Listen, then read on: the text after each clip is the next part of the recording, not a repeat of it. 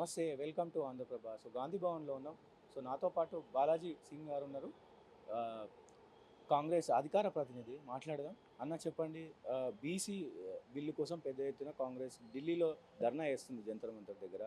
ఆ, ఎట్లా ఉండబోతుంది ఈ బిల్లు? బీజేపీ సపోర్ట్ చేస్తుంది అనుకుంటారా, ఏమనుకుంటున్నారు? బీసీ బిల్లు గురించి మాట్లాడాల్సి వస్తే రేవంత్ రెడ్డి గారు కాంగ్రెస్ పార్టీ ఇచ్చిన వాగ్దానంలో భాగంగా తప్పకుండా మేము చేస్తామని చెప్పినాము. జనగణన చేసినాము, కులగణన చేసినాము, అసెంబ్లీలో బిల్లు పాస్ చేసినాము, తీర్మానం చేసినాము. ఇప్పుడు ఢిల్లీ ఇవ్వాలి, శాంక్షన్ చేయాలి కాబట్టి వాళ్ళు కూడా దీనికి ఒప్పుకోవాలి కాబట్టి పెద్ద ఎత్తున అందరిని తీసుకెళ్లి మంత్రులు అందరూ కూడా ఈరోజు ఢిల్లీలో ధర్నా చేయడం జరిగింది. ఇది ఏం చెప్తుందంటే, ఈ సీక్వెన్స్ వచ్చిన 9 నెలల్లోనే ఈ జరిగినటువంటి సంఘటన ఏం చెప్తుందంటే, ఒక మాట ఇచ్చినామంటే దానికి కట్టుబడి పనిచేస్తామని చెప్పి, ఒక మాట ఇచ్చినామంటే దానికోసం, దాన్ని సాధించడం కోసం చివరికంటా పోరాడతామనే విషయాన్ని ప్రజలకు అర్థమైంది. రేవంత్ రెడ్డి గారిది ఒక లక్ష్యం, నేను గతంలో టీఆర్ఎస్ పార్టీలో ఉండే, నేను అప్పుడు గమనించినప్పుడు అంటే లాస్ట్ గవర్నమెంట్ ఎలక్షన్స్కి ముందు 2.5 సంవత్సరాల ముందు ఎప్పుడైతే తను పిసిసి ప్రెసిడెంట్గా ప్రారంభం చేసిన జీవితం తిరుగులేనటువంటి విధంగా పోరాటం చేయడం మొదలుపెట్టిండు. అప్రజాస్వామికంగా పరిపాలన చేస్తున్నటువంటి కేసీఆర్ గారి గవర్నమెంట్ మీద ప్రజాస్వామ్యాన్ని నెలకొల్పాలి, ప్రజలకు ఇచ్చిన వాగ్దానాలను చేయాలి, ఓటు బ్యాంక్ రాజకీయాలను చేయకూడదు అనే ఒక కృతనిశ్చయంతో పోరాటం చేయడం జరిగింది. మేము కూడా 6 నెలల ముందు బయటకు వచ్చి రేవంత్ రెడ్డి గారికి, కాంగ్రెస్ పార్టీకి పూర్తి స్థాయిలో అండగా నిలబడ్డాం. ఆ సందర్భంగా ప్రజలందరూ కూడా ఆయన చేస్తున్న పోరాటానికి మద్దతుగా కాంగ్రెస్ పార్టీకి అధికారం ఇచ్చిన తర్వాత కూడా ఒక్కొక్క వాగ్దానం నెరవేర్చుకుంటూ వస్తుంది. గతంలో టీఆర్ఎస్ పార్టీ, బీఆర్ఎస్ పార్టీ ఏం చెప్పింది, బీసీల రిజర్వేషన్ గురించి ఏం చేసింది? 33% ఉన్న రిజర్వేషన్లను 23%కి కుదించి 18% ఇంప్లిమెంట్ చేసింది. మరి ఈరోజు వచ్చి తగుదనమ్మా అంటూ మేము బీసీల హక్కుల కోసం కొట్లాడతామంటున్నారు. మీకు అవకాశం ఉన్న 9.5 సంవత్సరాల్లో మీరు వెలగబెట్టింది లేదు. ఈరోజు చేస్తున్న వాటికి మోకాలు అడ్డడం. ఈ దేశ చరిత్రలో చాలామంది తప్పులు మాట్లాడుతున్నారు కాబట్టి వాటికి కరెక్షన్ చేయడం కోసం ఈ విషయం చెప్తా ఉన్నా. ఈ దేశ చరిత్రలో కాంగ్రెస్ పార్టీ, బీజేపీ పార్టీ కలిసి ఉన్నాయని వాళ్ళు ఏదైతే ఆరోపణ చేస్తున్నారో అది వాళ్ళ విచక్షణకు వదిలేయాలి. ఏ రాష్ట్రంలో, ఏ జిల్లాలో కూడా కాంగ్రెస్ పార్టీ, బీజేపీ పార్టీ కలిసి లేవు. ఎక్కడ ఐడియాలజికల్ డిఫరెన్స్ ఉంది 2 పార్టీల్లో కాబట్టి వాళ్ళు ఎక్కడ కలిసి లేరు.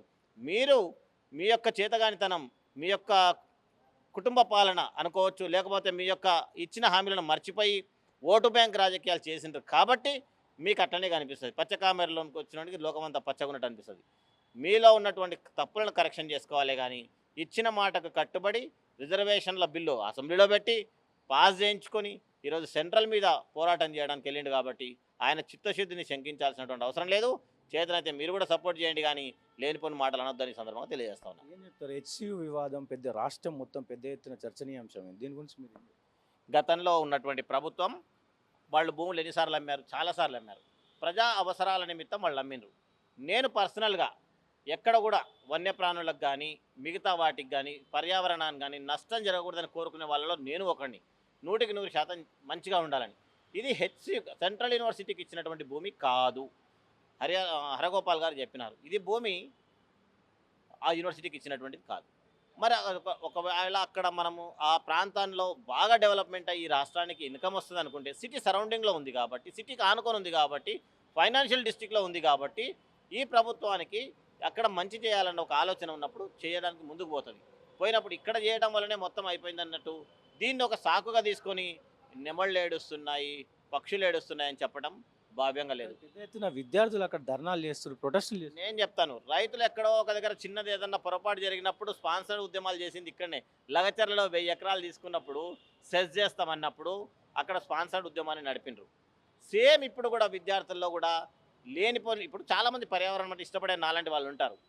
అట్లాంటి వాళ్ళని తీసుకొని ఏదో అయిపోతుందని వాళ్ళని స్పాన్సర్ చేసేసి ఇదంతా కావాలని చేస్తూ ఉన్నారు. వాళ్ళు 20,000 ఎకరాలను కలెక్షన్ చేసిన ఫార్మాసిటీలో మరి అప్పుడు అనిపించలేదా వాళ్ళకి? సిటీ చుట్టుముట్టున్న తప్పులు చేస్తున్నామని అనిపించలేదా? ఇదే ఫార్మాసిటీని తీసుకెళ్ళి ఎక్కడో 200 కిలోమీటర్ల దూరం పెట్టాల్సింది, మరి ఎందుకు పెట్టలే? వాళ్ళు ఇప్పుడు ఈ గవర్నమెంట్లు ఎట్లా తయారైనాయంటే, అధికారం కోల్పోతేనే ఇక రేపే నాకు మళ్ళీ అధికారం రావాలి, వీళ్ళు చేస్తుంది తప్పని ప్రతి దాంట్లో తప్పుని చూస్తారే కానీ ఏదైనా మంచి ఉంటే చెప్పి మంచి చేద్దామనే ఆలోచన లేదు.